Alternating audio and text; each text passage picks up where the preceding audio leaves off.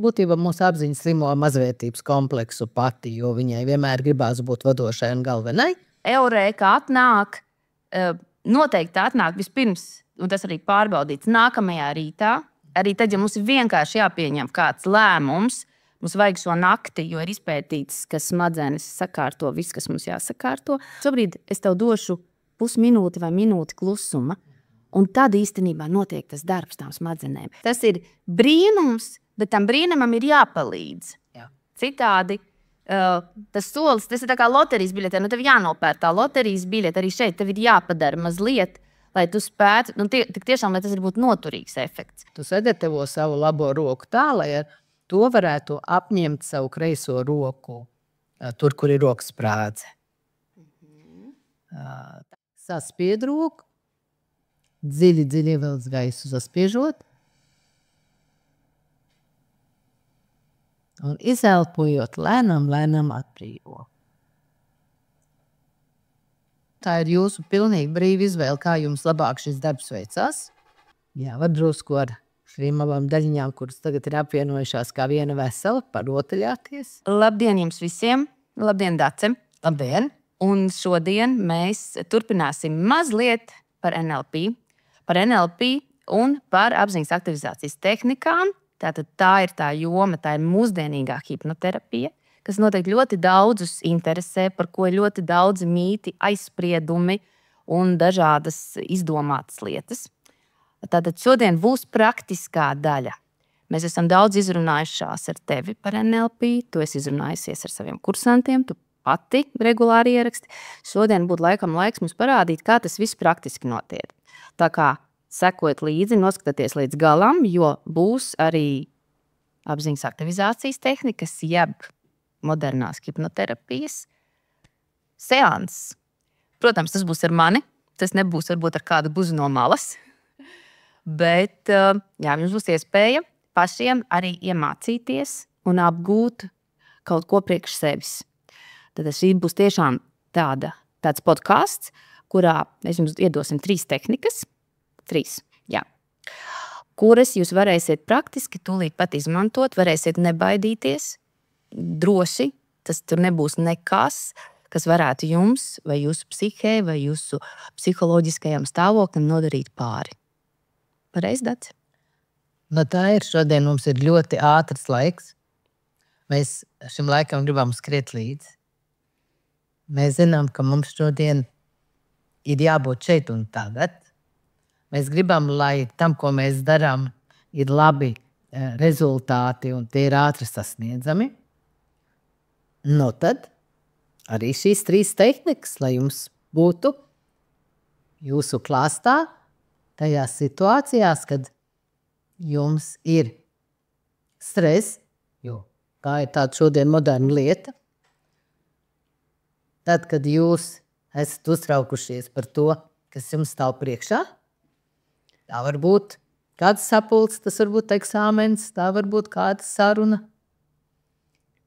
Jebkura situācija, kuru jums nākotnē var radīt stresu. Vai arī, es gribu piedāvāt tādu arī, vienu no tehnikām, kad jūs jau esat piedzīvojuši stresu, kā jums sevi nomierināt. Nu jā, un arī, jebkurā gadījumā, visas šīs 3 tehnikas var pielietot arī pašpārliecinātības trūkuma gadījumos. Tad, kad tagad tev ir stress, kurš ir saistīts ar pašpārliecinātības trūkumu, jo tas ir viens no tiem jautājumiem, ko cilvēki visbiežāk nāk. Būtībā pamatā ir pašpārliecinātības trūkums. Jā, tāds pašpārliecinātības trūkums, kas vairāk saistās ar tādu zemu pašvērtējumu, kad es nebūšu tik laba, es nebūšu tik zinoša, un ja nu man uzdod kādu jautājumu, kur es nevarēšu atbildēt, vai kā es izskatīšos, vai kā es kustēšos, vai kā citādi, man ir satraukums par to nākotnes situāciju, kur man stāv priekšā. Pirms mēs sākam, par NLP tad var atrast un var izskatīt visu to, kas mums ir iepriekšējos podkastos, gan Facebookā, gan Instagramā. Mazliet pirms tam tad apziņas aktivizācijas tehnikas. Kas tas ir? Es tagad stāstīšu, un tu man labosi, ja nu kas. Ja? Jo apziņas aktivizācijas tehnikas, tā ir modernā Eriksona hipnoze. Tā mēs varam teikt pareizi? Jā, tā ir balstīta uz jaunāko, kas ir neiroloģijā un fizioloģijā, kur ir pārbaudītas vecās tehnikas, vecā terapija, kuru mēs veicām ar Eriksona hipnozes soļiem, un pārbaudīts, kas no tā tiešām neiroloģiski strādā, kad mūsu smadzenes ir aktīvas, mainās, uzlabojās, nostiprinās, vai arī kaut ko aizmirst. Arī ir svarīgi tātad, ja? Nu, lūk. Un pārbaudot veco, no tā paņemot labo, pieliekot klāt jaunāko, kas ir zinātnē, ir tapušas, lūk, šīs apziņas aktivizācijas tehnikas. Apziņas aktivizācijas tehnikas. Tad vispirms mēs gribam teikt, ka tas ir kaut kas tāds, kas ir ļoti zinātniski pārbaudīts un būtībā balstās uz jaunākajiem pētījumiem, kuri veikti ar pozitronu emisijas skaneriem, ar funkcionālo magnētisko rezonanci, ar tādiem aparātiem, kuri praktiski Latvijā mums vispār nav. Un mēs mācāmies, varētu teikt, no paša, ja viens otrs ir, jā, bet tādi citi arī vēl nav. Citiem nolūkiem, bet arī magnētiskajā rezonansē tur ir vairāk tās Teslas, ja mums tik liels Teslas nav tā kā Francijā. Un mēs mācāmies praktiski no pirmavotiem, mēs vācamies no tiem speciālistiem, kur paši to pēta vai piedalās pasaules līmeņa pētījumos, jā. Tādēļ apziņas aktivizācijas tehnikas, kādēļ arī apziņas aktivizācija, jo būtībā mums ir mīts par to, ka tad, kad mēs hipnotizējam vai hipnoterapijā cilvēks aizmieg, viņš neko neatcerās, tiek atslēgta īstenībā viņa apziņa. Bet īstenībā ir otrādi, tiek aktivizēts tieši viss. Pareizi? Jo, kad apziņa kļūst lēna un mierīga, un viņa ir nomierināta, jo viņa ir ļoti aktīva, viņa ir darbīga, viņa ir galvenā, viņai ir, būtībā mūsu apziņa slimo mazvērtības kompleksu pati, jo viņai vienmēr gribās būt vadošai un galvenai, bet vadošs un galvenais ir, lūk, mūsu šis apziņas, jeb paplašinātās apziņas process, kas jau ir tādā vecā paradigmā tiek dēvēta par zemapziņu, lūk, un tad, kad apziņa paliek mierīga, tā kā drusku iemieg, tad mūsu lūk zemapziņa, jeb paplašinātā apziņa, var ļoti aktīvi strādāt. Meklēt atrisinājumu, meklēt resursu, meklēt jaunās iespējas, atbildēt uz to jautājumu, kuru tu esi sev pats uzdevis. Tātad, ja? Lai, teiksim, tai mirklī, kad tev šis process ir tavā neiroloģijā pabeigts, tev ir tā, jā, tā tas ir. Vai, kā man nevarēja ienākt uzreiz prātā? Tā ir tā eurēka tev atnāk. Jā. Un būtībā tā eurēka atnāk, noteikti atnāk vispirms, un tas arī pārbaudīts nākamajā rītā. Arī tad, ja mums ir vienkārši jāpieņem kāds lēmums, mums vajag šo nakti, jo ir izpētīts, ka smadzenes sakārto viss, kas mums jāsakārto. Un arī tad, kad mēs strādāsim šo tehniku, kad tu rādīs, ļoti būtisks būs tas moments, jūs varat pievērst uzmanību tam, ka teiks, ka šobrīd es tev došu pusminūti vai minūti klusuma. Un tad īstenībā notiek tas darbs tām smadzenēm. Un tas darbs notiek kā? Mēs praktiski, man tā metafora ļoti patīk. Tad iedomājieties, jūs esat mūža mežā, un jums ir tagad vai nu jāatrisina kāda problēma, vai, piemēram, jāiemācās kaut kas jauns. Jo apziņas aktivizācijas tehnikas, tās nav tehnikas, kura vienu reizi tu kaut ko panāc, ka tu tagad pēkšņi tu ar prieku ēdīsi citronus un sienāžus. Nē, tā ir terapija, kurā tev smadzenēm jāiemācās šī te jaunā darbība, jaunā uztvere, vai tieši tā jāaizmirst, teiksim, varbūt kāda vecā trauma, nevis jāaizmirst, bet tās vietā jārada kaut kas jauns un pozitīvs. Un vienties tagad ir mūža mežs, un tad, kad pirmo reizi pa mūža meža taciņu, tu ejam mačeti, tu pa tiem džungļiem, tu knapi tiec cauri. Nākamā dienā tu ej, tev jau ir tā taciņa iestaigāta. Un tad vien vairāk un vairāk, un tad ir meža ceļš.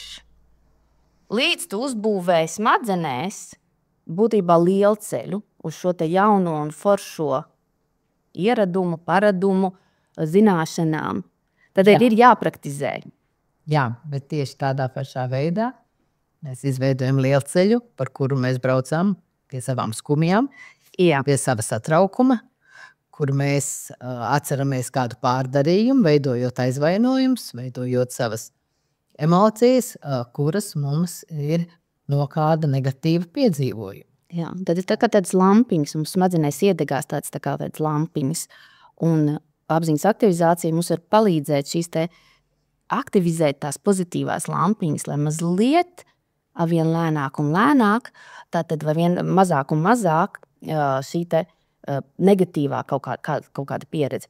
Jo mēs nekad nevaram izdzēst to, ka mums varbūt kāds ir gājis bojā vai kāds ir kaut kāda negatīva gadījums. Jā, mēs to nekad neaizmirsīsim, bet mēs varam šo savu emocionālo attieksmi pret to mainīt un tā vietā radīt un iedegt kaut ko pozitīvu. Man patika, Laura, ka tu teici, mēs varam, lai cilvēks saprastu to, ka tas ir darbs pašam ar sevi un ka tas ir darbs, kuru beidzot regulāri mēs varam iegūt šīs izmaiņas. Tas ir brīnums, bet tam brīnumam ir jāpalīdz. Jā. Citādi tas solis, tas ir tā kā loterijas biļete. Tev jānopērk tā loterijas biļete. Arī šeit tev ir jāpadara mazliet, lai tu spētu, tik tiešām, lai tas būtu noturīgs efekts. Tad ķeramies pie darba. Es esmu gatava šodien. Tu esi atnākusi pie hipnoterapeita vai pie psihologa vai pie kāda izaugsmes trenera. Viņš to jautā, kāda ir tava problēma. Jā, ko tu esi atnākusi un kādu tu gribi rezultātu. Tu man tagad jautā, kāda ir mana problēma, ko es gribu risināt, vai ne? Es tomēr gribētu būt mazliet pašpārliecināta un drošāka vienā otrā situācijā, kur man ir, teiksim, kaut kāda saskara ar attiecīgi kaut kādu daļu personām, cilvēkiem. Ja es varbūt tā neminēšu, bet ir kaut kāda, kad es tomēr jūtos nepietiekami pārliecināta, ka man ir kaut kāds stress iekšā, ko un kā es runāšu. Pēc būtības es pietiekami pašpārliecināta un man nav problēmas, bet tomēr vēl ir pāris cilvēki, kas man rada šīs šaubas. Brīnišķīgs instruments, kuru mēs varam jau sagatavot iepriekš. Tad, kad mēs vēl nezinām, ka mums būtu šādas stresa situācijas, bet ka mēs varam paredzēt, ka tādas ir. Vai mums jau pagātnē ir, kad mums ir situācijas, kurās es jūties diskomfortu, vai jūties sasaistīti, vai kā citādi es izjūtis emocijas, kuras man ir traucējuši šo situāciju tā kā veiksmīgi vadīt. Tad tas pirmais darbs būtu domāt vispirms par saviem pozitīviem piedzīvojumiem. Tā kā mums tādu pieredze ir ļoti daudz, tad es tev piedāvāju atcerēties tādu situāciju no savas pieredzes. Situācijai jābūt patiesai. Kurā tu esi brīnišķīgi ar kādu cilvēku komunicējusi, un tev ir bijis pašai lepnums par sevi. Tu esi palikusi pati apmierināta par to, kā tev šī komunikācija ir noritējusi. Jā, es iedomājos, un te es tā kā no malas varbūt pateikt, tad tā pirmā, kas ienāk prātā, tā arī tā situācija ir jāņem. Jā, nevis man tagad jādomā, kura. Tāda, kurā tu kura ir rastība, kura ir emocijām tādu drusku piesātināts. Diezgan pasena, bet jā, man tā. Jā, viņa var būt laikā, pat kādreiz es saku tādu piemēru, ja tu atceries, ka tu bērndārzā Ziemassvētku vecītim es skaitījis dzejolīti, kuru perfekti es zināju, un Ziemassvētku vecītis smaida, un visi ir priecīgi. Un tu esi saņēmis dāvanu. Lūdzu, tie var būt tavi 5 gadi, 6 gadi, kur tu esi piedzīvojis tādu ļoti tādu resursiem pilnu situāciju. Tad tu viņu nedaudz piever acis, viegli ebels gaislēnam uz puti, un tev būs jāstrādā ar rokām. Tu sagatavo savu labo roku tā, lai ar to varētu apņemt savu kreiso roku, tur, kur ir rokas sprādze. Tā kā darbs ir pašam ar sevi, tad atceroties šo notikumu, viņu sāk kāpini. Par pozitīvo, jā? Jā. Un tajā kulminācijas brīdī, kurā tu izjūti šo brīnišķīgo sajūtu, apmierinājumu, lepnumu par sevi, saspied roku, dziļi ievelc gaisu, saspiežot, un izelpojot, lēnām atbrīvo.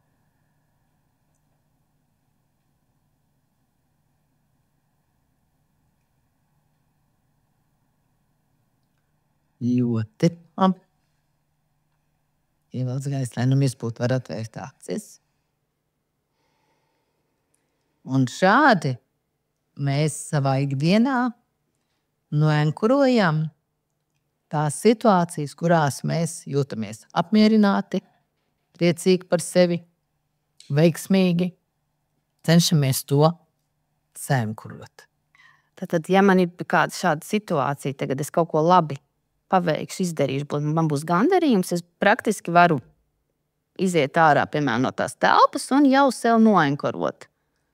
Nu, teiksim, tu esi labi paveikusi savu stundu vai pusotru sporta zālē. Jā. Tad ir lepnums, ja to izdarīji. Jā. Tu jūties arī resursi pilna. Jā, tātad es esmu labi šo sarunu, kas man, piemēram, ir bijusi laba komunikācija. Jā, tad to es varu tad vienā vietā, tad vēlams to pozitīvo ankuru, es visu laiku lieku vienā vietā. Arī pozitīvais ankurs. Jā, tad es šos te, un es viņus tur varu likt kaut vai katru dienu. Jāliek. Un jāliek arī dažādās situācijās. Jūs redzat brīnišķīgu dabas dāvanu, skaistas debesis mākoni. Nu, tik skaisti, ka tajos pat saskatiet kādas sejas vai kādus dzīvniekus. Noenkurojam. Brīnišķīgs saules riets. Noenkurojam, jo mums ir prieks, mums ir resurs, ko dod daba, kuru mēs varam arī vizuāli nofiksēt. Tātad mēs esam, šī bija enkurošana. Mēs enkurojam šos pozitīvos enkurus tā, ka droši varat dienā arī vairākus. Un tad jūs uzzināt, ka jums ir nākamā nedēļa rotācijas situācija jāvada sanāksme darbā, kurai varbūt jūs nebijāt gatavi vai piemirsāt un sākās stress, satraukums. Un ir jau īs brītiņš, šodien ir, teiksim, ceturtdiena un pirmdien ir šī sapulce un jūs jūtat, ka jūsu šīs pārdzīvojums pieaug. Tad katru reizi, kad jūs darat kādu darbu, kas saistīts ar šo jūsu pirmdienas sapulces vadīšanu, vispirms un jūsos būs jūsu resursi un jūsu spēja darboties un arī tāds, tad varētu teikt, jūs izmantosiet, man tagad ir tāds brīnišķīgs apzīmējums, lētais dopamīns un dārgais dopamīns. Tad, kad jūs iziet no sporta zāles, jūs esat noenkurojuši savu dārgo dopamīnu, jo jūs esat pusotru stundu strādājat. Ja jūs apēdat zefīru un jūtaties apmierināti un noenkurojat, tad tas ir lētais dopamīns. Un mums tātad šeit vajadzētu sasumēt šos dārgos dopamīnus. Tās situācijas, kurās tiešām mēs esam padarījuši kādu darbu, kas mums ir radījis gandarījumu. Un man stāv priekšā darbs, kurš skatoties uz nākotni, man rada satraukumu. Lūk, izmantojiet savu sakrāto enerģiju, sakrāto savu pozitīvo ankuru, kurš jums jau ir pietiekoši spēcīgs, lai tas jums ļautu sagaidīt šo notikumu mierīgi, pārliecināti un droši. Pusstundiņu pirms jūs dodaties uz šo sapulci, apsēžaties, jums ir jūsu darba kolektīvs priekšā, jums ir jāsāk šī sapulce, un jums ir svaids, un jūs esat mierīgi, un šis miers ir tāds, kurš jums ļauj sevi realizēt.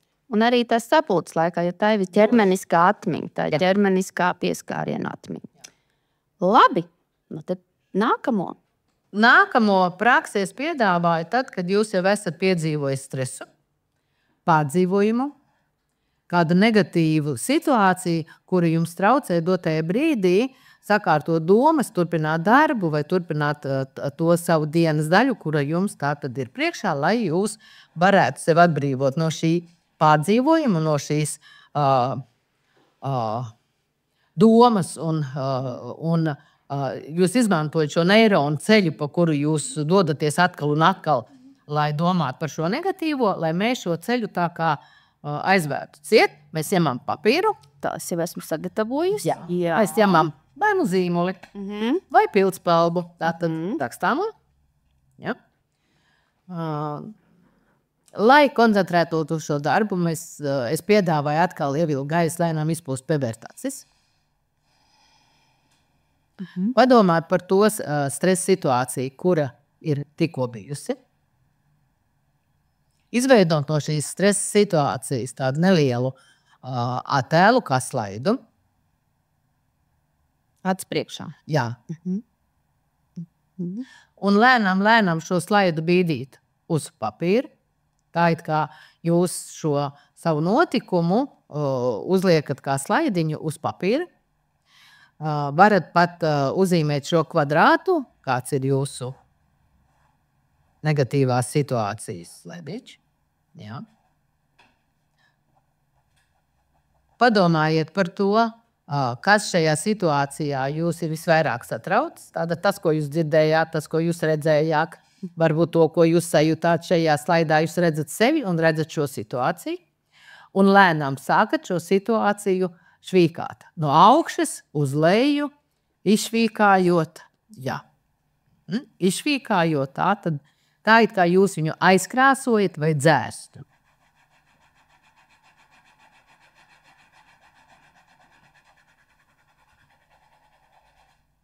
Tās vietas, kurās liekas, kad ir tieši manas emocijas, tur ir mans pārdzīvojums, tur es to dzirdu, vai tur es sajūtu, jā, tur var. Strādāt ar vaļējiem acīm var ar aizvērtām, tā ir jūsu pilnīgi brīva izvēle, kā jums labāk šis darbs veicās. Un tad, kad jūs atkal mēģināt šo situāciju saredzēt, padomāt, atcerēties šo situāciju. Salīdzinot ar tikko minūti iepriekš, vai šī situācija ir krāsaināka, spilgtāka, vai kas mainījies? Tāds, atvieglojums skrūtīm, jo man bija arī, es dižrakšos, tad te vēl aizzīmēju tieši to krūšu sadaļu, jo man kaut kas likās tā kā tāds, varbūt ne ļoti daudz, bet, procenti 15, 20 vieglāk vienkārši. Pilnīgi tā kā ievilkt telpu vieglāk palika. Ļoti labi, paldies, Laura, jo tu izmanto instrumentu, kas saucās termometrs un gradācija. Mēs arī varam izmantot vienmēr, lai vispirms nogradētu savu emociju no 10, no 1 līdz 10 vai no 10 līdz 100. Teiksim, viņi varētu būt uz 40, 50 vai 60. Mēs pastrādājam šo tehniku un atkal palūkājam uz šo termometru, gradējam par cik procentiem manas emocijas ir mazinājušās. Un ja jūs to atkārtosiet vairākas dienas pēc kārtas, tad jau kādā 4. vai 5. dienā jūs sapratīsiet, ka šo notikumu iztēloties un disocējot viņu kā slaidu nolikt uz papīra, vairs jau praktiski jau ne. Un darbs ir padarīts. Un drīkst to darīt, tad drīkst to darīt, drīkst piešvīkāt visu klati kaut vai mēnesi. Nav nekāds katru dienu, pa 2 reizes dienā pat var, ja gribas, ja vēlas, jā. Iedomāties, tagad jau man ir tur 57% tā. Tagad man ir 52. Labi, un rītā būs 44. Kritīs straujāk. Jā. Ja jums būs bijis 54, tad jau pēc pirmās reizes jums būs kādi, teiksim, 40, un tad jau pie nākamās reizes būs 25, un tā kā. Tā kā mēģiniet, strādājiet un paši sev palīdziet. Paldies tev, kā es būšu šodien labi pastrādājusi. Tad ķeramies pie 3. tehnikas, apziņas aktivizācijas tehnikas, un šoreiz es pie Daces došos ar tādu nespēju izvēlēties. Kas arī ļoti bieži, kad mums nav pašpārliecinātība, ja mēs neesam pietiekami pārliecināti par sevi, tad arī tas ir viens no tādiem simptomiem, ka ļoti grūti ir veikt izvēles cilvēkiem. Un tas ir gan par kaut kādiem, gan par to, kā uzsākt varbūt jaunu darbu, vai iet no vecā projām, kādu dzīvesbiedru izvēlēties. Līdz tam pat, kad nevar pieņemt lēmumu, kādu kleitu šodien ģērbt, un vai es tajā labi izskatīšos, un vai tā būs man piemērota. Ja? Tad mans jautājums šobrīd ir tāds, ka es nāku, es esmu izvēles priekšā, man ir grūti izvēlēties. Un vai tā var palīdzēt? Jā. Tavs jautājums ir, vai es varu palīdzēt? Tev pašai sev palīdzēt darbā ar savām šaubām. Jā. Ļoti veiksmīgi ir izvēle, kā tu pati vēlies strādāt ar sevi un ar savām šaubām. Kā jau iepriekšējā tehnikā pašu notikumu es nezinu. Jā. Tā arī šajā situācijā es nezinu, par ko tu šaubies. Ja? Vai tu šaubies par izvēli, kurā skolā mācīties, vai kurā fakultātē, vai kuru puisi iet uz randiņu, vai kuru kleitu pirkt. Vienmēr ir divas iespējas, jūsos ļoti bieži ir šaubas. Mums ir divas rokas, ja? Un mums ir iespēja strādāt ar mūsu šaubām, izmantojot mūsu abas rokas. Tad šeit ir tāda darba poza, ka jābūt tomēr taisnai mugurai. Jā, es tādu. Jā. Rokas var nolikt šādi sākuma pozīcijā. Es nedrīkst tādu atpūsties, atjaisties. Tad es esmu aktīvā pozā. Jā, aktīvā darba poza. Jā. Tev ir tavas divas šaubas. Ieliec vienu no savām izvēlēm vienā no plaukstām. Sajūt šo izvēli, izveido tēlu vai kādu metaforisku vai kādu asociāciju ar šo izvēli. Sajūt, vai tā ir vēsa, vai tā ir silta sajūta plaukstā, kad ir šī izvēle. Ļoti labi. Vari arī nedaudz roku pacelt un pakustināt, lai sajustu, kā šī izvēle jūtās. Ļoti labi nolikt atpakaļ. Otru izvēli likt otrā plaukstā. Arī tātad sajust, redzēt tēlu, kāda asociācija ar šo izvēli. Ļoti labi. Tad abas plaukstiņas paceļam uz augšu. Nedaudz elkonīšus uz āru. Elkonīšus nedaudz plaukstiņas var zemāk būt arī. Jā, vēl zemāk zem krūtīm. Ļoti labi. Un tagad tu ļauj savai zemapziņai, savam iekšējiem resursam, savai pieredzei meklēt šo nākotnes visveiksmīgāko situāciju no šīm divām, lai varētu šis darbs notikt. Zemapziņai ir abas šīs iespējas jāiepazīstina savā starpā. Tādēļ jāļauj rokām ir abām tuvoties, un tas notiek pats no sevis. Jo vairāk jūs ļaujaties tam notikt, jo tas notiek dabiskāk. Tad rokas var pat plaukstas pavērsties viena pret otru, jo abas daļas grib vienu otru apskatīt. Un tad lēnām plaukstas tuvojās, lai šīs divas iespējas apvienojās. Un var notikt brīnums, var rasties trešā pilnīgi jauna iespēja vai ideja, vai arī jūsos rodās pārliecība, kā man ir jārīkojas, kuru kleitu jāpērk, kurā fakultātē jāmācās. Ļoti labi.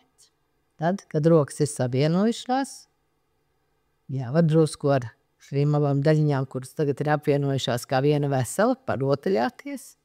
Izjūtiet tādu kā bumbiņas sajūtu starp plaukstām. Ļoti labi. Un tad dziļi ievelkot gaisu, ielikt šo kopējo daļiņu, apvienoto savā saules spinumā ar elpu. Lēnām izelpojot, nolikt abas plaukstas sākuma stāvoklī un padomāt, vai jūs tagad jūtat savu labo roku un kreiso, ja jums liekas, ka jūsu ķermenis ar abām rokām ir kā viens vesels. Tas ir kritērijs, kas norāda, ka zemapziņa pieņēmusi jūsu šaubas un veido jūsu izvēli, paskatījusies ir nākotnē, kura no tām ir visveiksmīgākā.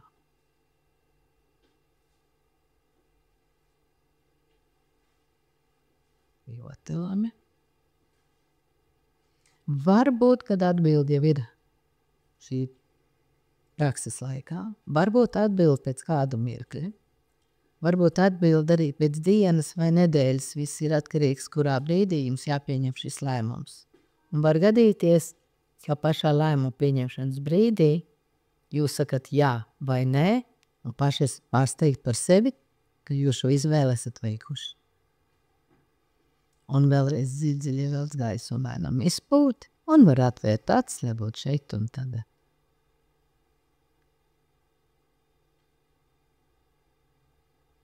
Tagad man ir jāļauj tai atbildēji atnākt. Jā.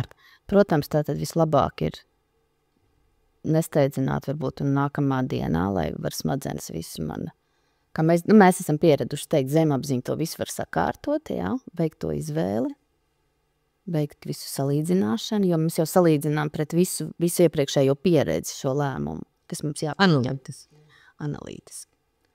Jā, un var gadīties, kad tajā brīdī, kad tev ir šis vēl jāveic, jā, un tu esi visu laiku domājis, ka tu teiksi jā, un pēkšņi tajā brīdī tu pasaki nē, un tu aptver, ka tu esi pieņēmis pareizo lēmumu.